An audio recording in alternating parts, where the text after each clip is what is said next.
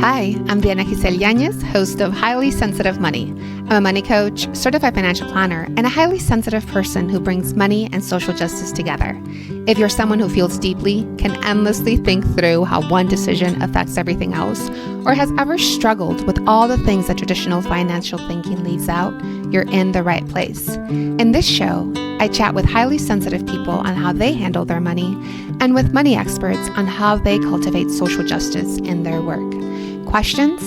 Please go to allthecolors.net and schedule a free 30-minute call.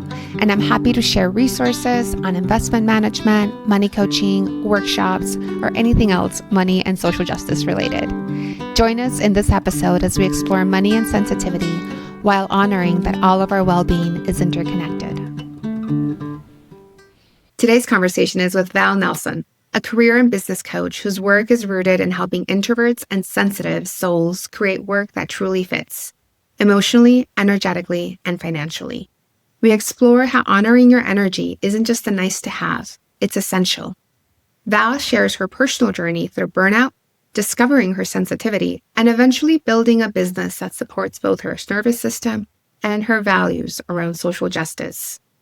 Throughout the episode, we hear how the wisdom of listening to our energy shows up not only in Val's personal journey, but also in the way she coaches clients to recognize their inner critics, tune into their wise selves, and hold space for grief, joy, and desire.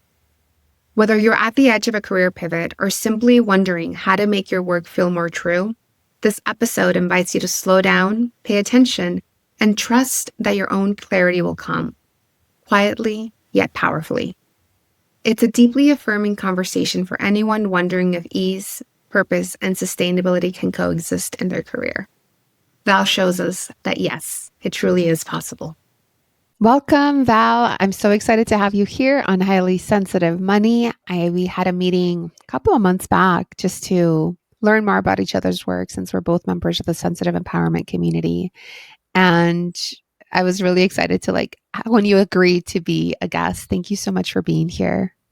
Yeah, thanks for having me. It's fun to continue our conversation, and these are meaty topics you're dealing with, HSPs and money. Ooh, love it. Well, the topic that you deal with is pretty meaty too, right? Career and introversion and feeling satisfied with the work that you do. If you could share more about your work as a career coach, I'd appreciate that. Yeah. So I call myself a career and business coach for highly sensitive people and introverts. So some of my clients are also extroverts, but they usually are highly sensitive. And what that often means is they have a craving for their work to have meaning, but it also needs to align with their energy and their money needs. And so there's often people come to me when they're probably at some point of misalignment around those things and just need to optimize it in some way, either consider a career change, consider change in their business, or switch to self-employment. So I love all three of those things. So that's why it's career and business.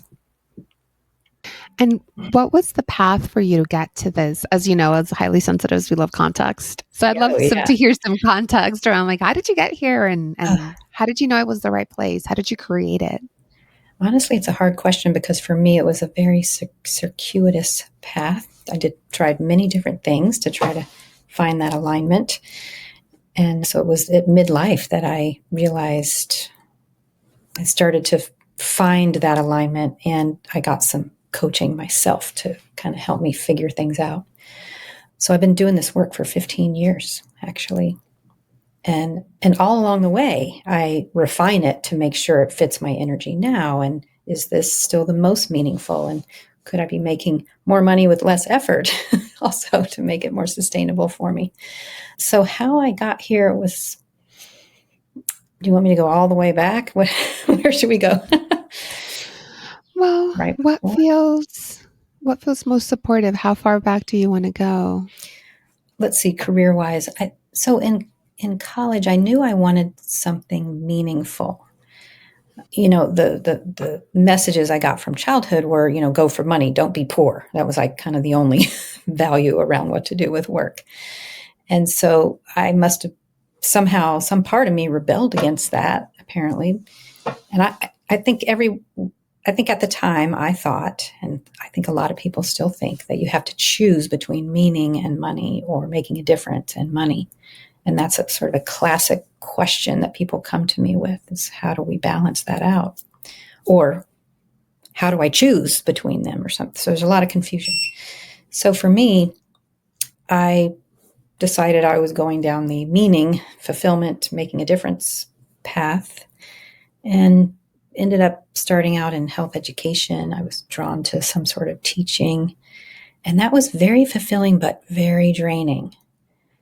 And so I ended up hitting a wall with that. So that was my first burnout. And then tried different things and hit walls for other reasons, like it didn't have enough meaning. So it was like I was flip-flopping, trying to find what would fit my energy. Like I said, the energy, meaning, and money. And it took me a long time to find that. I had some good things, some really bad things, but I would say that I hit a burnout wall 3 different times. And one of the last times was what got me to see a career coach and get serious about what am I doing, and some pieces together about my introversion and what I needed. And it was still an experimental path, like, well, let me try dabbling in self-employment, and I'm not quite sure what it's going to be. And when I really began to trust, I had done a lot of personal growth therapy and whatever. And so I was at a point of trusting my instincts more and being able to follow what felt right much more easily at that point. It still took working with a coach, and I still work with a coach to continue to keep me on a very aligned path. So I think it takes connection and talking things through and trusting your instincts and learning how to trust your instincts and all that to go for that. And so as I grew and sculpted my business to work better for me, it's been super rewarding in terms of meaning and alignment with my energy. I can't say I've gotten rich from it, but it has fed me and it has given me financial stability. And that was ultimately my goal, actually. I didn't need to get rich on it. So.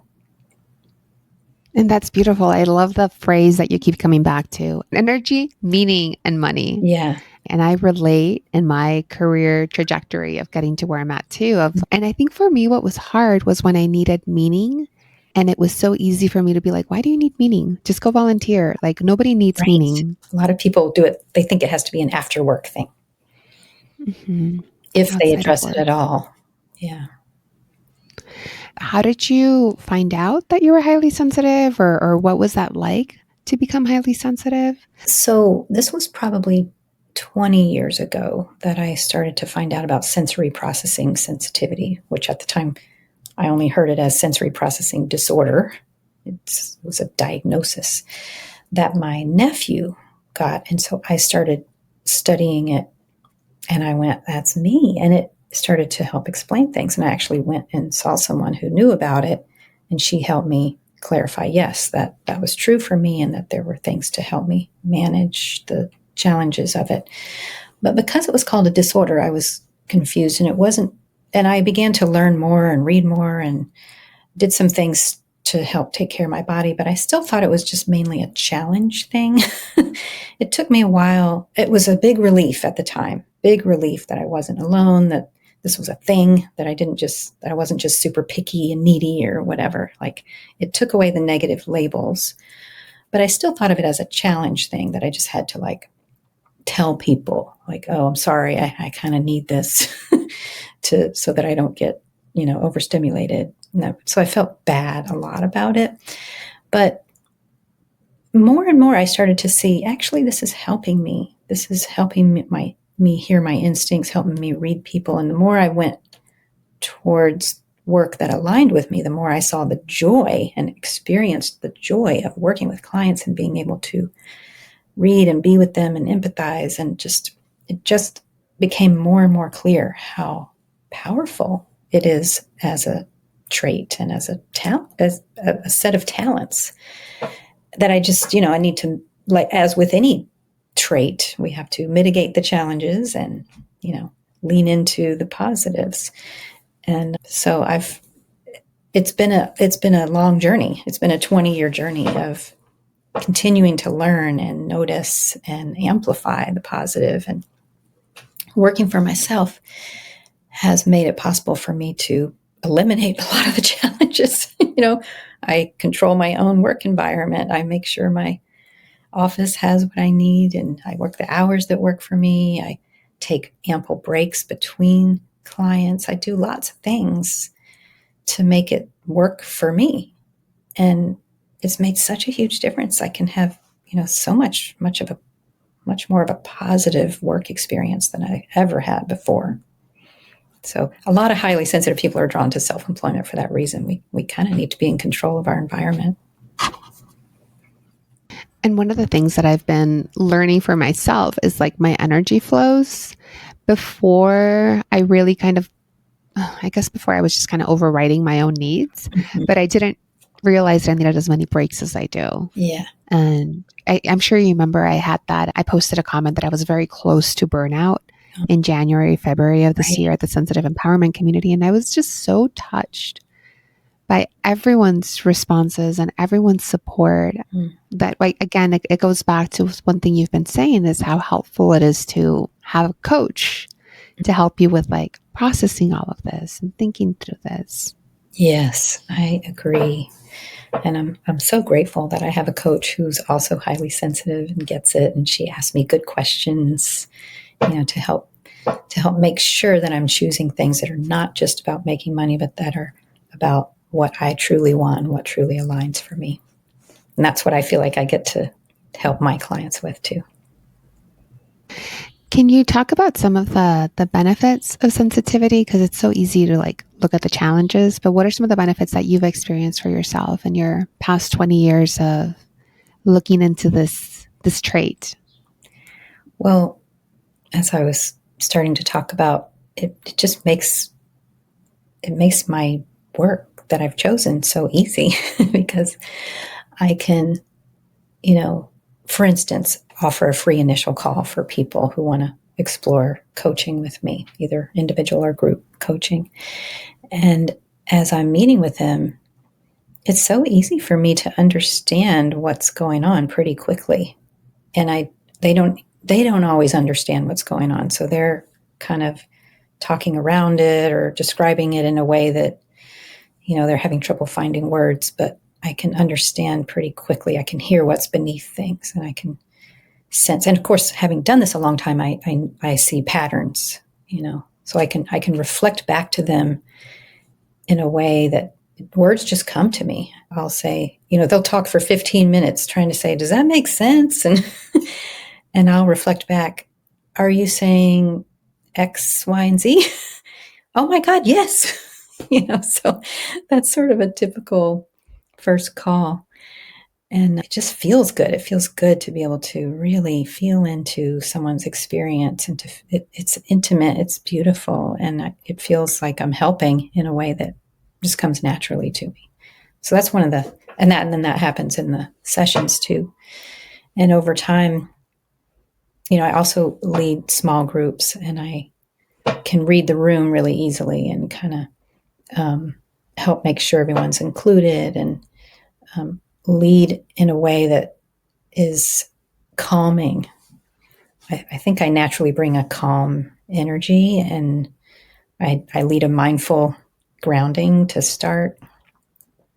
And I use a process that I know helps people who are either introverted or highly sensitive to kind of be able to have that depth of processing and to find their words. And so I think just getting my people and being able to create things that really work for all of us just feels really good. So those are some examples. Yeah, those are really beautiful. I just want to repeat what I heard of you have really clear sight on where your clients are, even if it's just the first introductory meeting, the deep listening, the pattern recognition. Again, for myself, when I started to see that, like, oh yeah, I guess that is why I'm so good at pattern recognition. That's why I love my Excel spreadsheets or whatever it is, Yeah. why it feels so fun. Isn't that funny? Yeah. Thank you for naming the pattern recognition. Yeah. I love it. I love that. Yeah. I think that's a real natural thing for you too. I've seen that. And for me, one of the other benefits is that it makes podcasting, interviewing simpler because Yeah. I just have to like show up, be present, have the right amount of energy, and then it all kind of flows out.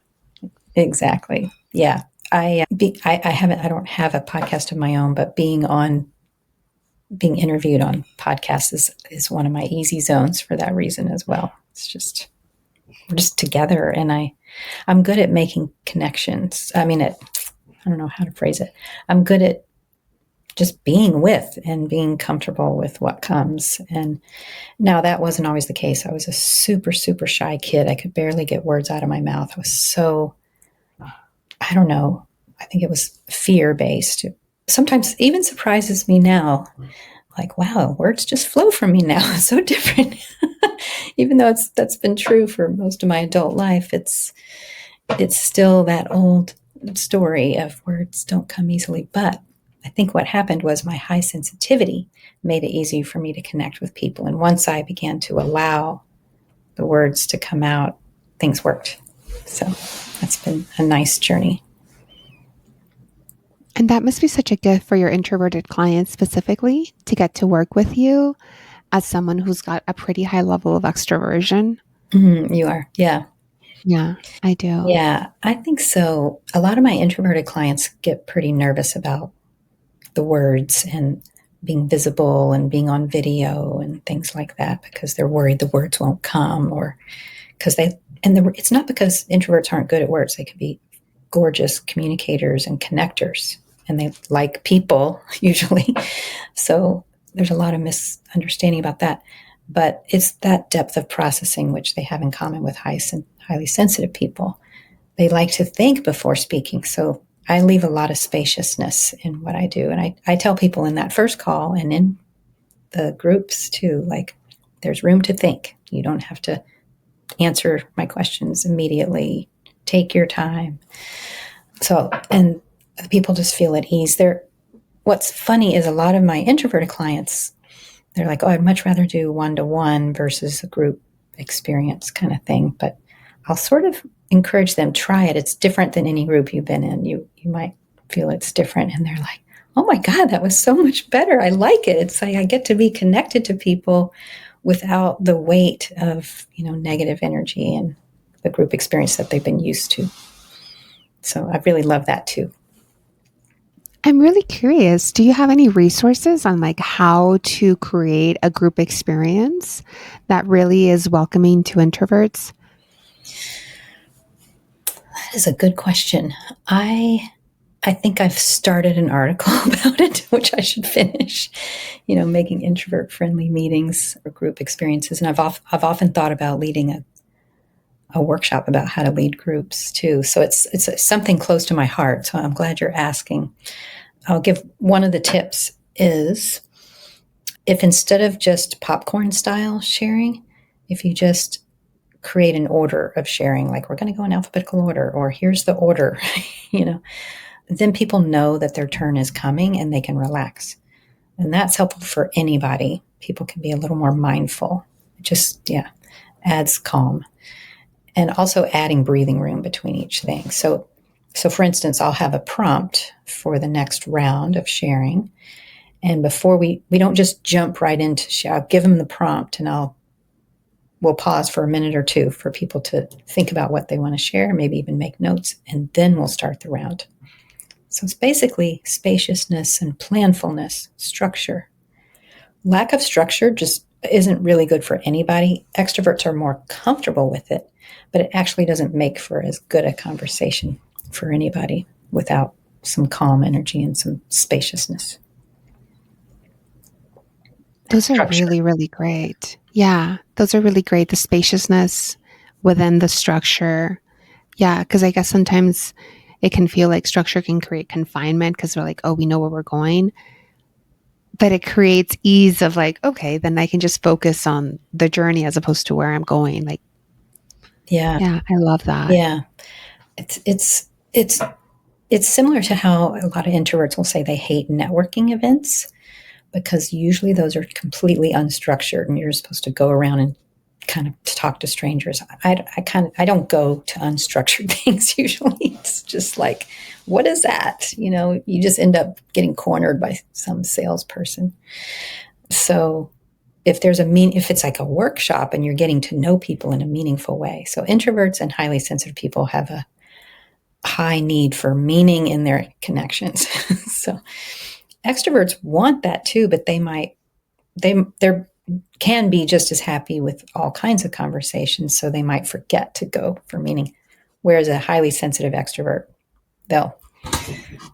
they're more tuned into what their needs are in their connections. No, I mean, as a highly sensitive extrovert, I can say that when I've been to networking events that are unstructured, I feel drained. Yep. So small talk I find really draining, especially with a stranger. Yes. I can do small talk with my friends. Yeah. As we're just like, there's meaning there. Yeah. But with a stranger, I'm like, who are you? And I know, like, why is this happening? I need to know the purpose. Right. I know. Yeah. Although these days I'm pretty comfortable in a lot of situations and I know how to steer it towards meaning. So, and if not, I'm also fine with going, okay, bye-bye. Like I just am so much more at ease in all kinds of situations. yeah, definitely. That was something that I've been practicing too, of being like, I'm not feeling it. I'm going to go somewhere else. Right. And I've also been practicing giving myself like white space by going to the bathroom more than I need. Yes. Stepping outside. Yeah. That's probably why a lot of people smoke, right? Because so they can just go outside. I just go outside and don't smoke. Yeah. I pretend to take a phone call, look at my phone, whatever. It's just like, I need a little bit of a gap between that small talk and the next one. Yeah, definitely. Gaps. I want to take us into the next focus of this podcast. So definitely high sensitivity. And the next one is money. Yeah. Right? Money. If you could share, what was the financial background of your childhood and how do you see it continue to affect you today, if at all? And you said something at the beginning that when you were in college and you were looking for career options, career choices, you said, go for money, don't be poor. That was a big message. Big one. Yeah. It wasn't necessarily in those words, but that was clearly the message. My mother and father grew up in different circumstances, and my mother's is quite complex, so it's hard to even capture. But so her parents, one was poor and one was wealthy.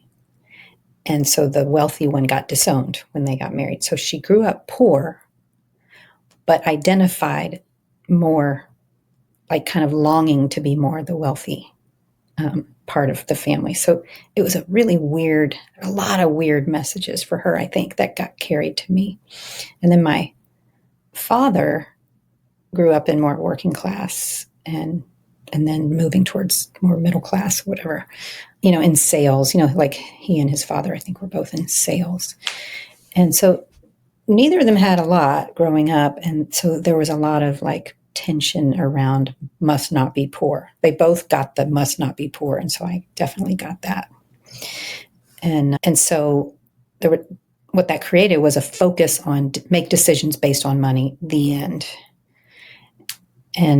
But this other part of me just was like, something's not right there. I was always that kid that was like the thorn in the side. I was definitely a bit of the black sheep in the family because I would be the questioner and that's not quite right. Like, why are those people with darker skin being treated differently? That is not right. So it was just, I was always the odd one in my family. And so in college, I luckily chose that part that said go for meaning. And I definitely felt like I was rejecting the family story. What was interesting is years later when I started my own business at midlife, that was when I felt more approved of in my family, even though what they didn't know was that it was a very meaningful, very mission-driven kind of thing. But from their eyes, it was like, well, finally she's getting serious or something. So I think that's So that is how it played out in terms of family connection. But how does that legacy affect me today? I think there's still, if I'm not careful, scarcity stuff kicks in for sure. And so I continue to be conscious about that and to try to mitigate to remind myself of the abundance of nature, and abundance is possible, and, generosity and things, there's to loosen that grip around money. Like, it's so funny how it's easy to be very tight-fisted even when money is flowing, and it's easy to be feeling abundance even when you're not having as much money flowing. So it doesn't always line up. And so I've had to look at it, and it forces, I think my high sensitivity helps me notice, like, something's off, what's going on. And I'll make sure I listen to some guided meditations about money or whatever. So it's been an ongoing conscious process for me to open my palms and be more trusting around it. At one point, I hired someone to help me think through merging my social justice values with my business pricing and pricing models and stuff. And that was really helpful for me. It just helped me kind of land in how I do things. And I do have some, what you might call, sliding scale for my courses. And then I also made sure I had tiers of offerings so that I, purposely created courses so that I had a lower budget option. And so I just, worked out my values and pricing together with a lot of support. That is so lovely. And as a fellow business owner, and I remember having this conversation with you in January and feeling the same way of just like, it's so nice to see you at year 15. Mm-hmm. Because I'm at year 3. Right. I get it. Oh my God, year 3 is hard. 1, 2, 3. Oh, honey, I feel for you. Gosh. Yeah. And I also related, this is actually something I've heard from other people I've talked to about being highly sensitive, but being the black sheep because you're the questioner. Yeah. Right. It's like that gift of clear sight means that, oh, my family's like not seeing what's like the elephant in the room. Yeah. Yeah. Although what's interesting when I look at it, I'm pretty sure my mom, my dad, and my dad's mom were all highly sensitive, if not others. But those are the ones that I'm like, I think there's something there. But it played out in different ways. I'll just say that. Probably like trying to manage it in various ways that may or may not have served so well. The other thing I heard was how that the scarcity thinking can sometimes pop back up. And I love your idea of like going to a money meditation, an abundant meditation, something that brings you to nature. I'd love to hear more about that. Like, what are some of the telltale signs for you or that you see in your clients, right? Because at the end of the day, you are talking with your clients about money if you're talking about work. Yes, for sure. It's in every part of my work. And they're going through some of the same challenges. When, for yourself and or for your clients, what are some of the telltale signs that like they're in a scarcity thinking loop? Oh, yeah. Well, this is another one of those things that's so obvious to me that I have to like get more conscious about what it is, because it's like, oh, nope. I'll be like, okay, we just got hijacked. The best way to describe it is like this tight-fisted energy. It's like, I can't, I should, that's wrong, I'm wrong. To me, inner wisdom does not have that, doesn't sound like that. Inner critic sounds like negative energy like that. So one of the earliest things I do with my clients is help them distinguish between an inner critic and an inner wise voice.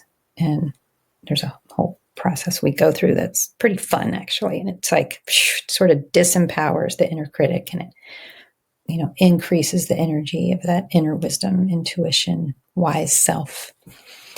So once we have laid that foundation, we can go, oh, wait, who said that? Which part, and so we can see it and kind of work with that and practice listening to all of it, honoring what's showing up. But yeah, I love my work. It's very holistic. It's not just like, okay, here's your strengths, your values, and go. It's like, which we do. We get clear on who are you? What are your strengths? What are you great at that is going to make it so much easier in your work and your business? And what really matters to you? And let's make sure it aligns with that. But it's like we deal with the fear. We deal with the inner critic. We deal with the what ifs and, the practical things. So yeah, that's an example of how some of that comes up. Does that answer your question? It does, of how you can tell when the scarcity comes up. It's when you're hearing the critic, Yeah. the tight fistedness. And I think all of us, or an invitation would be for people to get more in touch with their body and just to see like, where does the constriction show up? Exactly. Sometimes I'll say, where are you feeling that? And exactly what does it feel like? It's funny. I'm curious what you find, but when money issue is the big one, it often lands in their gut. It's like this tightness in their gut. Yeah. So I don't know. I haven't studied it, but it seems to be a pattern. I haven't tried to like see where is it usually land. I think a lot of the times it's shoulders. Yeah. Definitely gut, sometimes throat. Yep. Yeah. So the main areas that people are holding things are shoulders, throat, gut, and chest, like this tightness in the chest. And sometimes those are slightly different, but like the fear about money goes, it's almost like I made up a story that like maybe they're afraid they're not going to get enough food or something. So it's like tight. I don't know. Yeah, shoulders seems to be kind of like they're carrying a lot, like overdoing or something. I don't know. And the heart area seems to be when they're having a heartache of like not enough meaning. Or fear. Yeah, fear, too. grief, and yeah, heart stuff. So first it's like identifying the scarcity, the inner critic that might be creating that constriction. And then you talked about moving into like listening to a money meditation. Or listening to something that helps you feel abundant. I'd love to hear more about that. Yeah, so there's a couple things I turn to. One is, like I have, I use Insight Timer, which is an app with lots of meditation chimes as well as guided meditations. And so I'll turn to that for various things. And there's a nice abundance one that just feels very genuine. It doesn't, a lot of abundance stuff is like, oh, go for it. You can be rich, rich, rich. It's a lot of rich talk. But this one feels very aligned with heart. So yeah, I like to find those gems. And then, after hearing it enough times, I also kind of just bring it into my day, like, some of the thoughts, which of course are escaping me at the moment.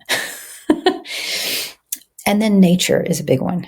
I know if I have not gotten out to nature that day, then I'm going to be a little more off. So I try to make sure I do that every day, even if it's bad weather. Or if it's terrible weather, I will at least look out the window and kind of take in the trees and the sky.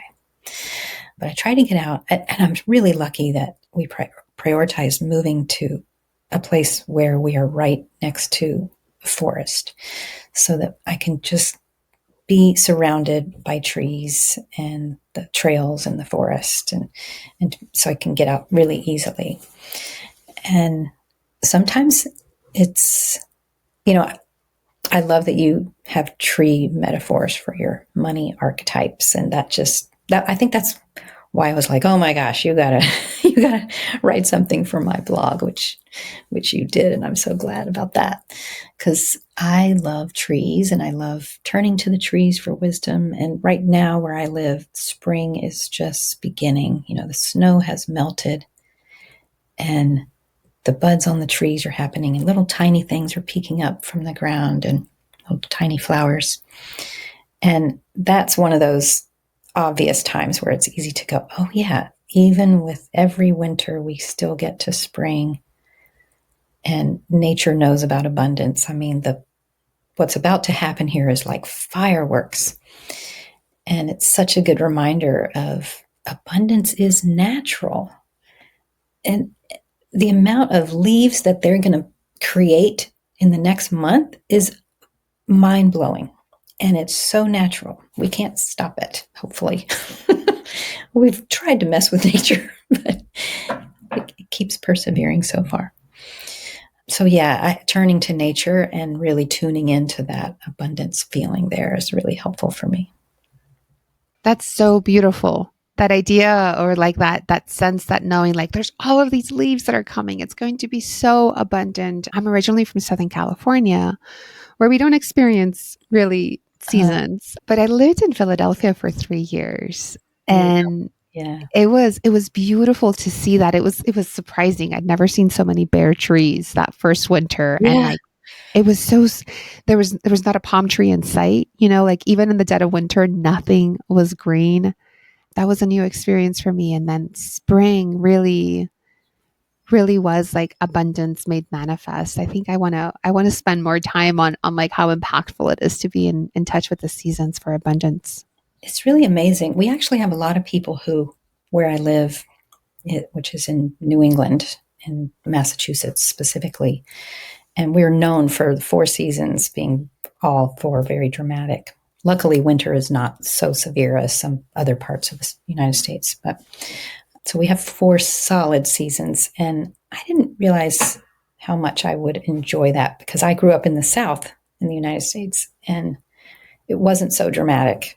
I mean, there was a little bit of differences, of course, but it's really quite dramatic here, and people get so excited in the spring and the fall. The fall is very dramatic here too. The colors are amazing, and it's a feast for your eyes. And as a highly sensitive person, I really enjoy it. And what's interesting is we have a lot of people in our area that are from California, and they're like, "Oh, I missed the seasons." And I think there's something to that. It's like there's something about it that just feels good to us, even though I wish it was warmer. But I'll say this too. And one way that I align my work with nature that helps me is, a lot of people do quarterly planning, January, February, March, first quarter. I do seasonal planning. So I plan for the winter, I plan for the spring, I plan for the summer and the fall. And it's just a little bit different than the calendar, but it's conscious that it's like, okay, I'm planning for spring. What's the energy of spring? What do I want to bring? What's my energy in the spring? What feels aligned? And I do this with my clients. So once the beginning of each season. So this last week we did our spring planning together. So in a group, and thinking about what are your priorities for spring. And we were on such a high from spring energy and emergence and growth. And it was just so fun that we brought that energy into the process and how they made their choices. Yeah, that's lovely. That's lovely, lovely. And another thing you talked about was social justice, which is the third leg of this podcast. Mm. I'm thrilled to hear that you have brought social justice into your pricing for your business. What was the shift that you experienced once you decided to do that? Well, first it started with, I wanted to have prices for my work that worked for me and my energy, because I couldn't just work. I couldn't have clients back to back all day. So there wasn't a way for me to lower my one-to-one prices or my group prices very easily and still make it a sustainable business. So I had to think about, and my heart kept saying, I need some other ways of doing it. It's not just going to be through sliding scale or pro bono or whatever, although that still happens sometimes. But I realized there was only so far that I could go for the work that I was doing. And I realized that I also, have that teaching background and a teacher in me. I realized I would love to have courses be part of my work, but to make them meaty and still have a live group component to it. So they weren't just like off on their own, like a lot of courses you might buy and then you never do it. I wanted to make sure it was something that people actually did. So it felt like worthwhile to make it. And so that felt like a way for me to add another tier of offerings that was a lower price. So that was the beginning of trying to work that out. For a long time, I just had sliding or, a few like lower cost spots. But mostly I don't do that. I will do the occasional pro bono situation when it really aligns, when in terms of like a 1-to-1 or something, because sometimes when people aren't paying or they're not paying very much, there's not the same level of investment in it or something. So, but I've had these occasional moments where we just negotiated and it felt like such a win-win. Like I got to do something. They really showed up. We really went into it very consciously. So when there's room in my schedule and that something like that comes up, I love it. But it's complicated. But when I was making the course and I was at the same time working with this consultant, thinking through things about social justice, I realized I really wanted to do reparations for those who are Black and or Indigenous in North America. I felt a strong calling for that. It's not necessarily, I've had people comment and, you shouldn't do it that way. You should do it this way. You should do it based on income or whatever. And I was like, no, that's okay. This is what I got clear on, felt good to me. And so and I decided to even make the courses no cost. And I don't call it free because it is a debt that is owed. It is no cost for those who are Black and or Indigenous in North America who choose to do that. You don't have to. They can still choose to pay. So, and then I had the regular price. And then I even, after a while, I decided to add a middle price, like, okay, for those who are, having some financial challenges, there's a middle price. So I'm not sure what to call this. It's not exactly sliding scale. It's equity-based pricing, but sometimes that accessibility pricing. Yeah. Okay, good. Mostly I just say, I don't know, there's various price options and there's no test or anything. People just choose which one it feels right to them. And boy, okay, so the result has been that a lot more people have taken my courses, and I've gotten to know more people from all kinds of ranges of life and all kinds of income. That's been super rewarding. It's been one of my favorite parts of my work, and no one really even hears about it because it's so like personal, some of these conversations. But it has, I don't even know how to describe it, but it's really meant a lot to me. And I'm in touch with some people who have said to me, who stay in touch and say, it was because of your course I'm now here, and thank you so much. And a couple times people are like, I feel like I owe you something, and I'm like, no. Believe me, I already received from the joy of the connection, So that's something I've really enjoyed. I love that. I love the idea. It's like, it's no cost. It's a reparation payment. It's something that was springing forth from you. And even the fact that you hired an outside consultant to help you create something that was meaningful and aligned and thoughtful. Like, I'm really happy to hear that. And that could also be a workshop, Well, she really helped me with the wording, like I think I even said, like, it's not charity, it's a step towards reparations. Because, there's just so much confusion about money, and it just creates all kinds of funny stickiness. As you know, you're staking your business on this. So I wanted to get really clear, how do I describe this in the most clear, clean way? So, yeah, that's what I came to. I've had a couple of people, critique it, not on purpose. I mean, they just feel the need to tell me. But that has led to some interesting conversations. And and it helped me think through even further. But, I try to be, someone who was really mad about it, like, but I'm white and I'm poor and blah, blah, blah. You should do that for me. And we ended up having a lovely conversation over email. She was sure I was going to be mean to her and tell her she was wrong or whatever. And I was like, tell me more. We ended up having this lovely conversation. So it's all been good. Yeah, I really would love to open that up. Do you remember what that conversation was like? What was it that I mean, of course, completely anonymous. We don't know who the other person is, Yeah.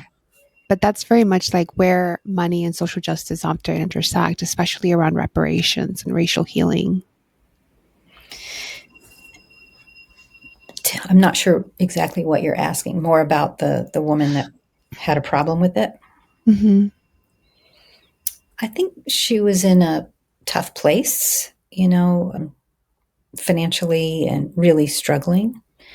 And when she saw that, and it to her, I think it felt like a wall, like you're helping other people, but you're not willing to help me. And she felt she had already felt like so many doors were closed to her, and she was in a bad place. And I could really, so I just switched into my empathy, like, oh my gosh, I feel for you. I totally hear you.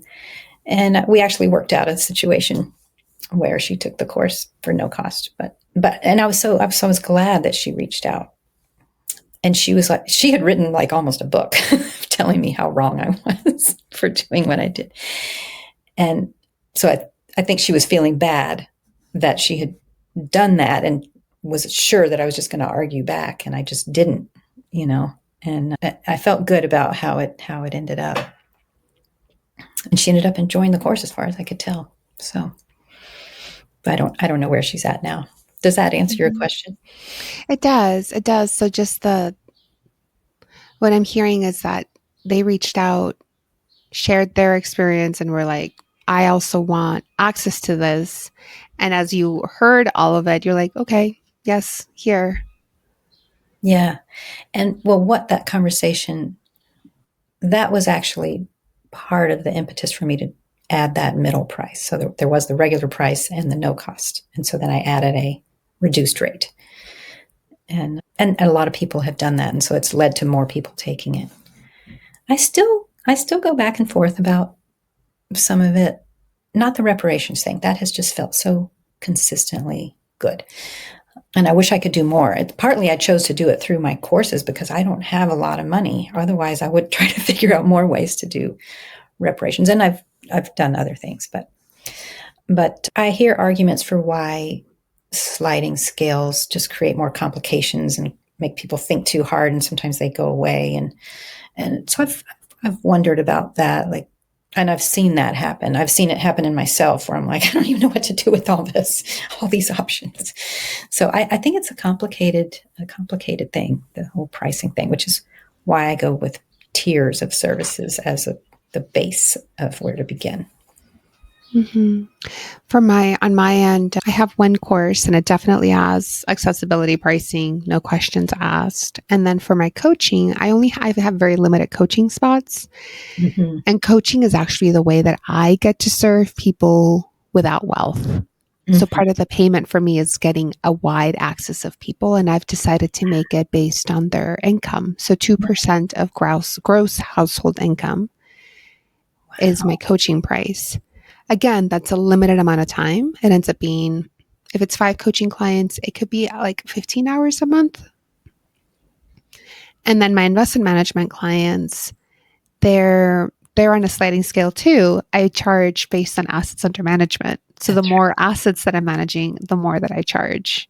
right. And that for me, some people feel like, well, that's not fair because once you have them set up, then you're not doing as much for them. And actually, the firm that I work for, I think after 5 years, we do reduce the rate because after 5 years, we've got you figured out. We have you in a really solid place where like we're continuing to do the work.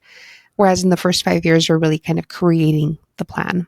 So it can be a lot more involved. And it depends. There's always like whenever one of my favorite quotes is that when life changes, money change. Sorry.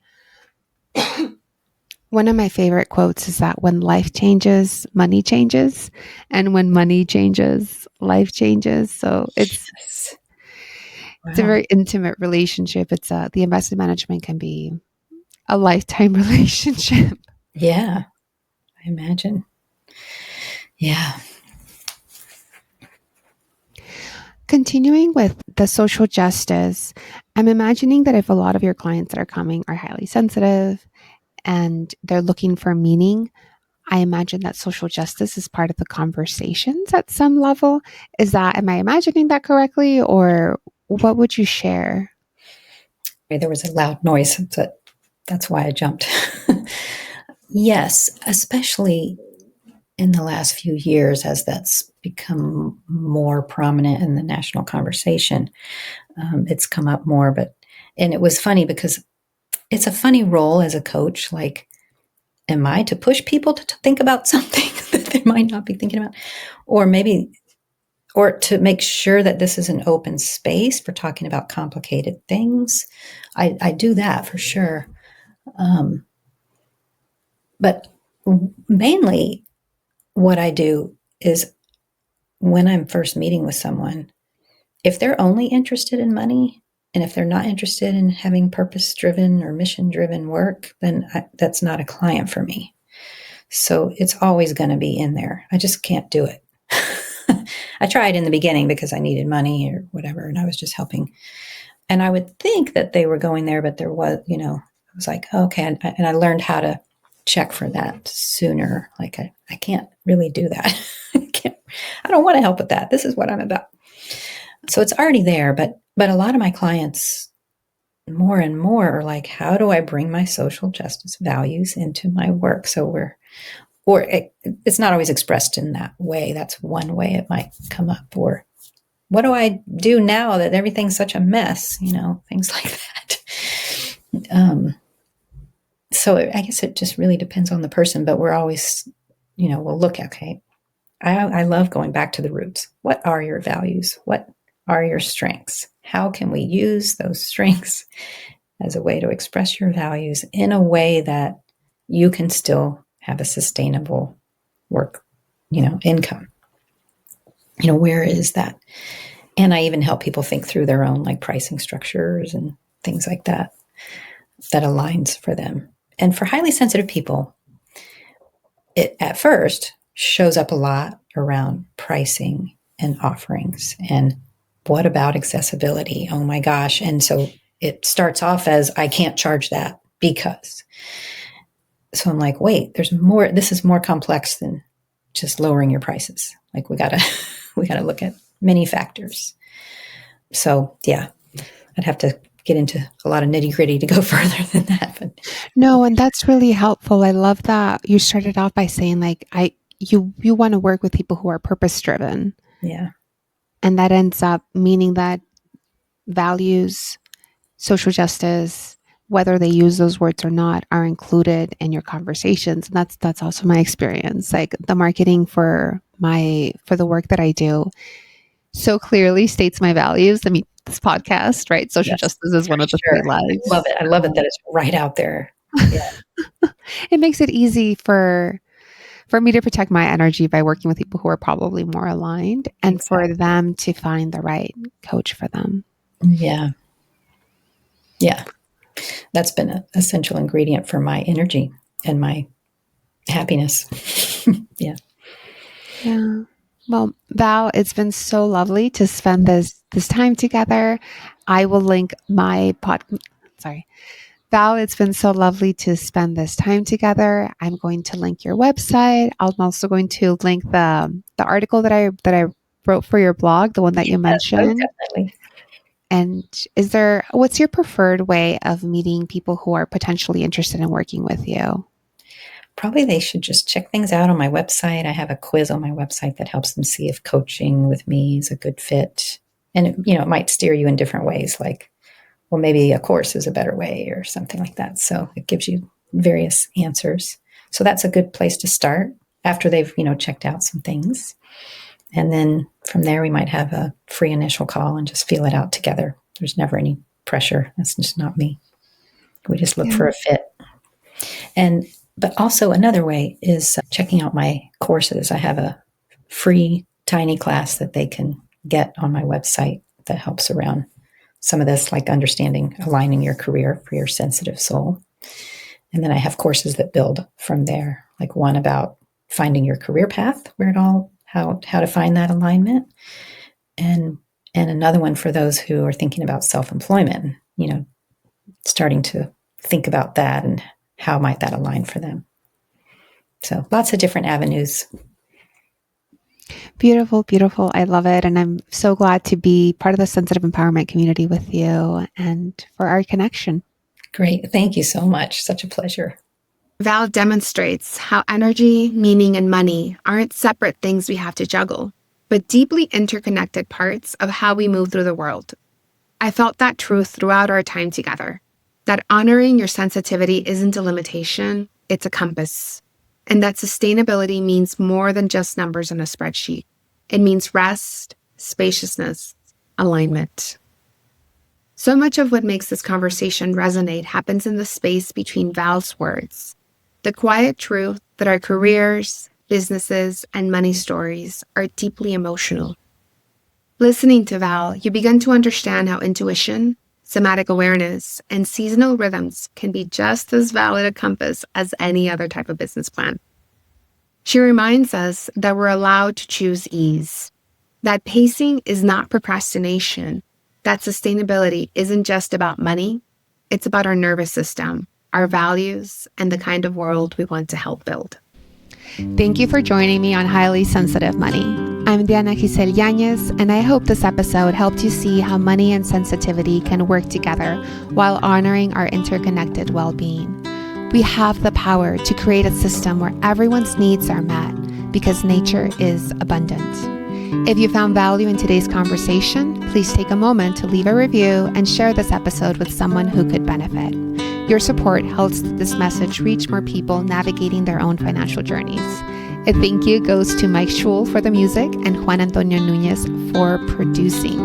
For more resources on bringing money and social justice together, sign up for my monthly newsletter over at allthecolors.net. I also invite you to schedule a free 30-minute call where we can talk about money coaching, investment management, and all things money and social justice. Until next time, remember that your sensitivity and deep thinking is your superpower.